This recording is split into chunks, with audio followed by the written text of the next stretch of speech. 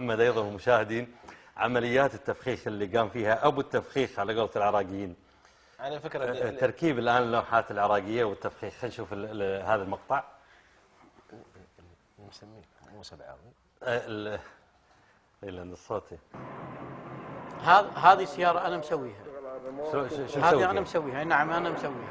والكلام الصوت هذا صوتي انا. هذه انا صانعها. بالريموت خليتها تشتغل على الريموت. اي بريموت كنترول. نعم نعم هذا شغلي انا. بس طبعا في رشاش يرمي بروحه قدام.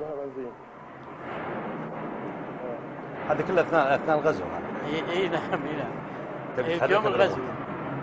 هذه شفر 87. كم واحده سويت ابو ناجي؟ لا بريموت كنترول انا سويت 2، هذه واحده وتفجرت واحده. هذه ما تفجرت، هذه صادوها. هاي صايدين.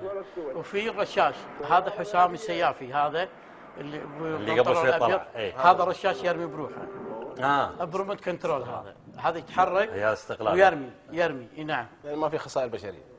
اي تحطه في مكان وانت على بعد كم ابو ناجي تقريبا توقف عنه؟ 500 متر 500 متر. ما شاء الله. يعني اقدر اشوف تحطه بنظريه. شوف اطلاق النار، شوف اطلاق النار. نعم. الحين انا واقف يمه الحين. اوه يتحرك يوجه ايضا. اي نعم.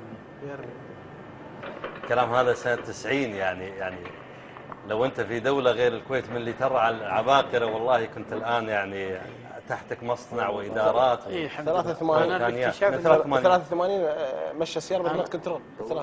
هذول التي ان تي هذول في لهم سالفة قوية. هذا حسام السيافي اللي جايبهم لك منه السي 4. هذا السي 4 من اللي جايبهم لك؟ هذا هذه اللوحات العراقية. هذه اللوحات العراقية ويانا علي ماضي الحين مدير قوات خاصة ويانا هني. تسبق هو يذكر الرد معه. نصبغها يعني تصبغونها تركبون على سياراتكم لوحات مزورة. ونصبغها جيش. تصبغونها جيش عراقي. جيش عراقي. هذه سيارة ماخذها من سلوى. في اللي ناس يشهدون اني انا ماخذها من سلوى، الشفر البيضاء. عندهم خبر. تاخذونها، قال لي ابو محمد قبل شوي كلمة جميلة، تصبغونها ايضا صبغ جيش. وتروحون فيها تقتحمون فيها يعني قوات كتمويه يعني عشان ما حد يشتبه فيها انها سيارة مدنية. شنو هي اشهر العمليات اللي سويتوها؟ اشهر العمليات اللي على قوات عسكريه، دخلتوا على مواقع عسكريه؟ لا فيه مالت الهيلتون هذه قويه اللي هو فيها انكسر فيها شو اسمه حميد البصره والظاهر قائد البصره. في انا اذكر ان حمد الفجي انه ودى سياره عند ساحه ساحه دوار سعد او ساحه سعد. هذه لقطه دوار سعد. هذا الهيلتون. هذا هيلتون. هذا ايش سويتوا فيه؟ شنو العمليه اللي سويتوا فيه ابو محمد؟ عندك تفصيل؟ انا عندي لان عندك التفجير. انت اللي فخختها؟ هذا انا اللي مفخخ. هو اللي فخخ. عندك هذا التفجير. هذا التفجير. اعرف اللي حطها منه. هذا التفجير. هذا التفجير. من اللي حطها؟ سويت عطنا العمليه كامله لان هذه هي الرئيسيه. اللي حطها واحد اسمه حاتم نسيب، واحد كويتي من ربعنا يشتغل معانا بالقرين. هذا الرجال ماخذ اخت حاتم هذا عراقي الاصلي الجنسيه. اخته ماخذها الكويتي هذا. اعطيتوه المتفجرات. العراقي هذا مدير فنادق بغداد، جابوه العراقيه معاهم حطوه مدير الفندق هذا. اوكي. طبعا هذا اللي من ربعنا هذا انا ناسي اسمه طبعا. اخذ السياره قال جهزوا لي سياره، السياره هذه سياره سلطان ابو جروه اللي هو محامي عام معروف. انا نعم انا ماخذ سويتش من ايده. الله شاهد علي انه يسمعني ان شاء الله. اعطاني سويتش وقال لي ابيها موقع استراتيجي على كلام انه يسمعني ان شاء الله. قلت اعطني اياها. يوم اعطاني اياها استعملتها.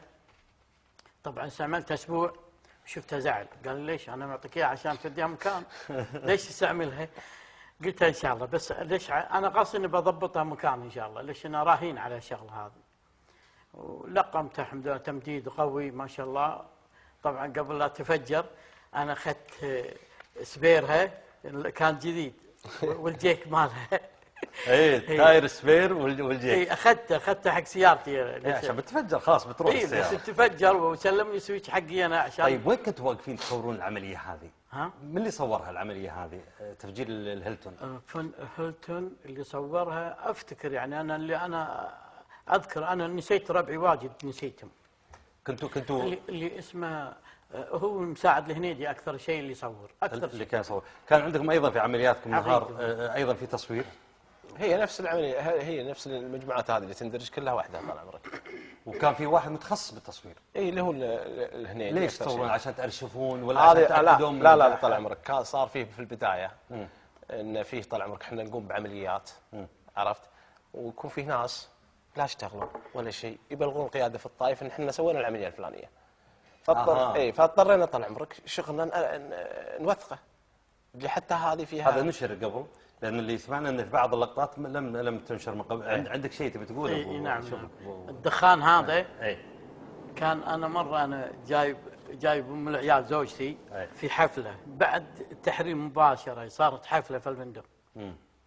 قلت حق زوجتي شوف الدخاخين مبينه معلمه، شوفي هذا شهادتي.